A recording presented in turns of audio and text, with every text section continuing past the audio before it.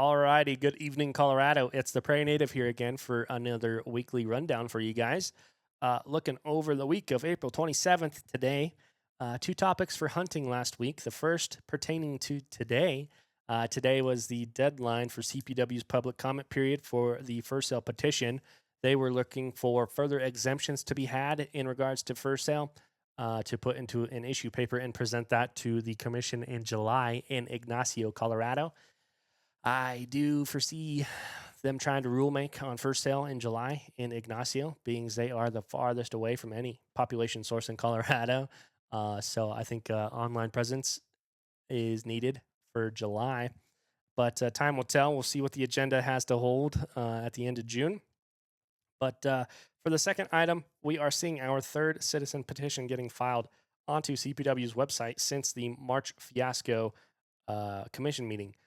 It makes 6 total petitions open now on the website. The first being something about reptile housing. The second about feeding fish. The third aims to increase the threshold of lethal use on a depredating wolf. The fourth aims to increase the threshold that will allow a landowner to get a depredation claim approved. The fifth aims to ban public land prairie dog hunting, which that is a topic on day 2 of this week's meeting. So I'm sure prairie dogs is that rather. So I'm sure we'll talk about this petition on day 2.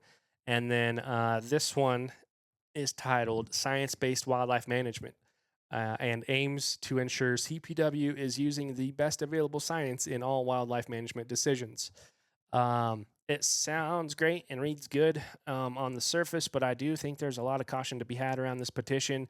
You can look at the petitioning body and see individuals on there with viewpoints that do not align with hunting. Some Prop 127 supporters and some pro wolfers. So I think there's caution to be had. I'm waiting. I'm in a holding pattern, waiting for further comment and review from folks that know this stuff way better than I do. But like I said, use some caution around this one, I think. But I'll leave that one there and jump over to the Capitol and review some bills going around the Capitol still. Beginning with Senate Bill 141. That is the Wildlife Crossing Fund bill, and that was in House Appropriations Friday, where it passed and where it was laid over to Monday. And House Bill 1342 is a bear luring bill. That was in Senate Ag on the 30th. It passed and heads to Senate for second reading. Senate Bill 165 is a Species Conservation Fund bill, and that was heard on Senate floor for thirds on Friday. It passed and jumps over to the House to begin its process there. In the 2A space, the barrel bill laid over daily again for a 6th week in a row now, leaving only a week and a half left for this bill to make it across the finish line. The 3D printing bill is now sitting on the governor's desk waiting for signage. The at-home FFL killer bill is not too far behind this bill, unfortunately. And for the near future, like I said, we only have a week and a half left of session. Session ends May 13th, so we'll get some relief heading into summer, knowing that session is going to end.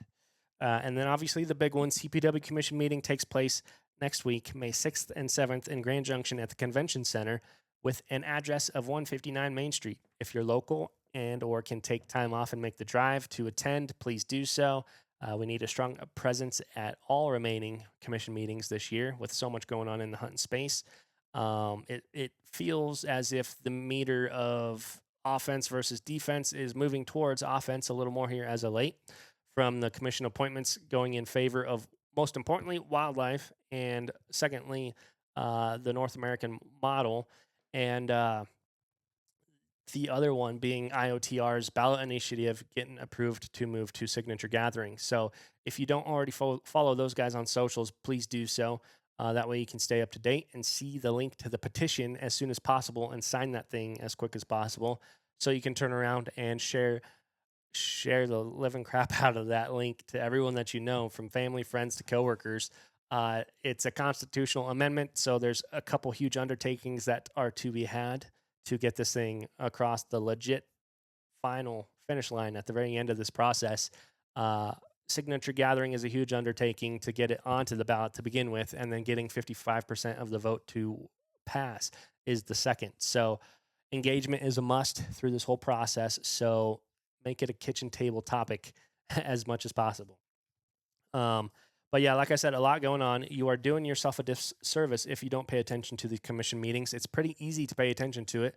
CPW live streams these meetings on their YouTube channel. You can watch both days take place live as it happens, and you can even sign up online to testify live via Zoom.